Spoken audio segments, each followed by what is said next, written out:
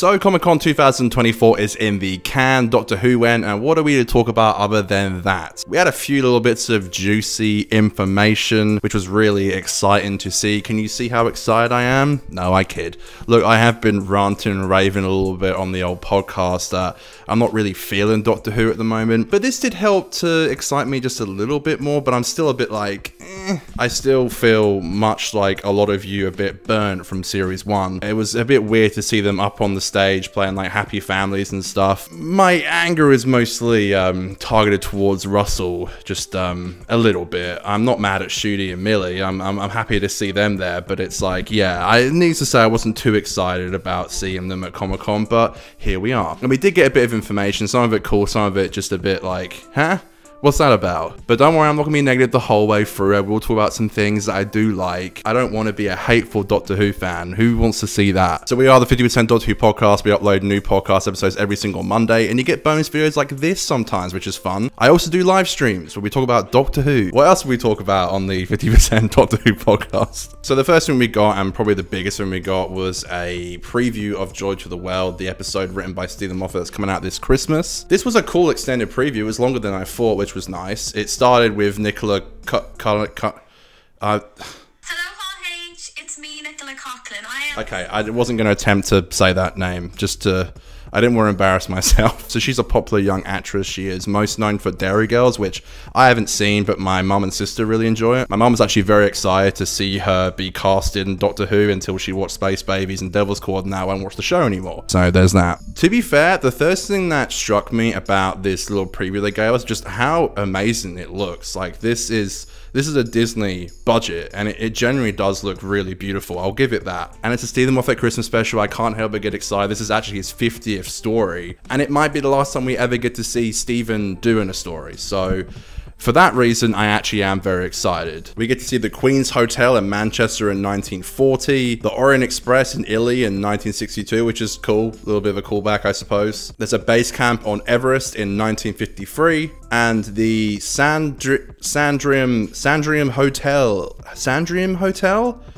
God, I haven't been to London for a while. Can you tell? In London in 2024. And the Silurians pop up, or at least a Silurian. I'm not sure if they're the villain or if they're just going to be in it. It's very Moffat-y just to have the Silurians be like a little bit of a buddy in the adventure. That was a cool little surprise. Seeing Shooty back in his iconic coat. I guess this is like his kind of like main look that he wears here and there. We did get to see him wearing it briefly at the end of the Empire of Death. So I assume that's like his main costume. He doesn't really have the main costume. It's odd, but he's coming through this door and he's offering a cheese and ham toasty and a pumpkin spice latte. I do like the idea of the whole door thing. I do like how when Joy's in her hotel room, it's like, oh, there's that door that doesn't open. Like that's so Moffat to like pick up on a thing that everyone knows, and just we don't really talk about. Like there's always a door normally in a hotel that just doesn't open. I assume it's for like cleaning maintenance. Not in Doctor Who. It's the Doctor with a cheese and ham toasty and a pumpkin spice latte. I'd say my hype meter is maybe like a 4 out of 10 for this episode. I love Stephen Moffat, and Boom was my second favorite episode of series 1. I absolutely adore it.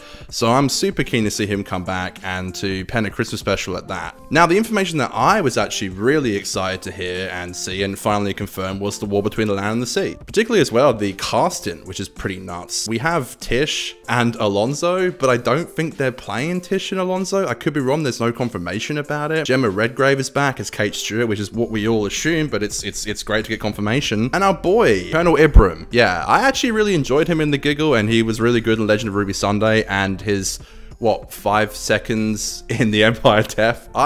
I'm glad. He's like the new Yates or Benson, I suppose, which is cool. I like how they're trying to do this, you know, make UNIT a bit of a family. This series I'm actually really excited for. It's actually co-written with Pete McTee. That makes me a little less excited. Not that I don't like Pete. He's a fellow Aussie. I love Kablam, but Praxius is probably one of the worst episodes of Doctor Who ever. So I know he did some good work with Tales of the TARDIS, and obviously he's close with Russell. I'm excited for that.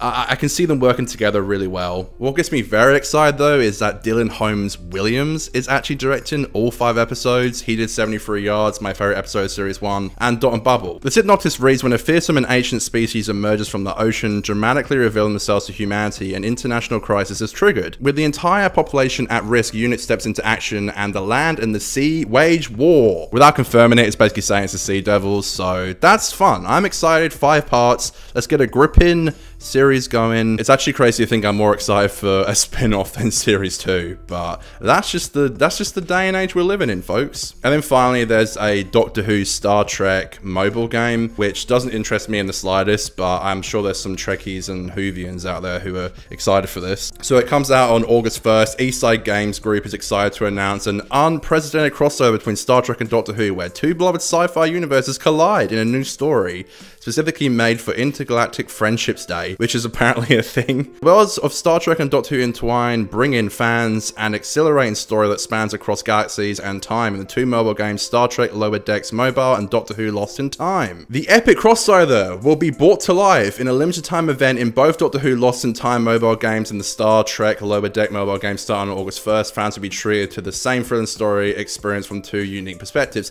That's kind of cool. Doesn't interest me, but it's still pretty cool.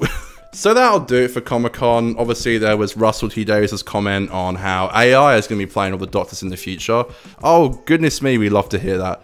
It's just so funny after all the SAG strikes last year, that's what he says. I'd say on a hype level, I'm sort of interested, sort of not. I need to be shown that I can trust this show again, and it's not just a thing that I watch because I'm a fan. I want to be excited for it. It's a bit hard to feel hyped after I just feel like I'm just so burnt from series 1, but let me know what you think. Again, we upload every single Monday episodes of the podcast, and we do little videos like this here and there, and I do my live streams, so please check them out if you want to. My name is Connor. I hope you enjoyed Comic-Con. I hope you enjoyed Marvel running out of ideas and casting Robert Downey Jr. again. My god, how do they do it, folks?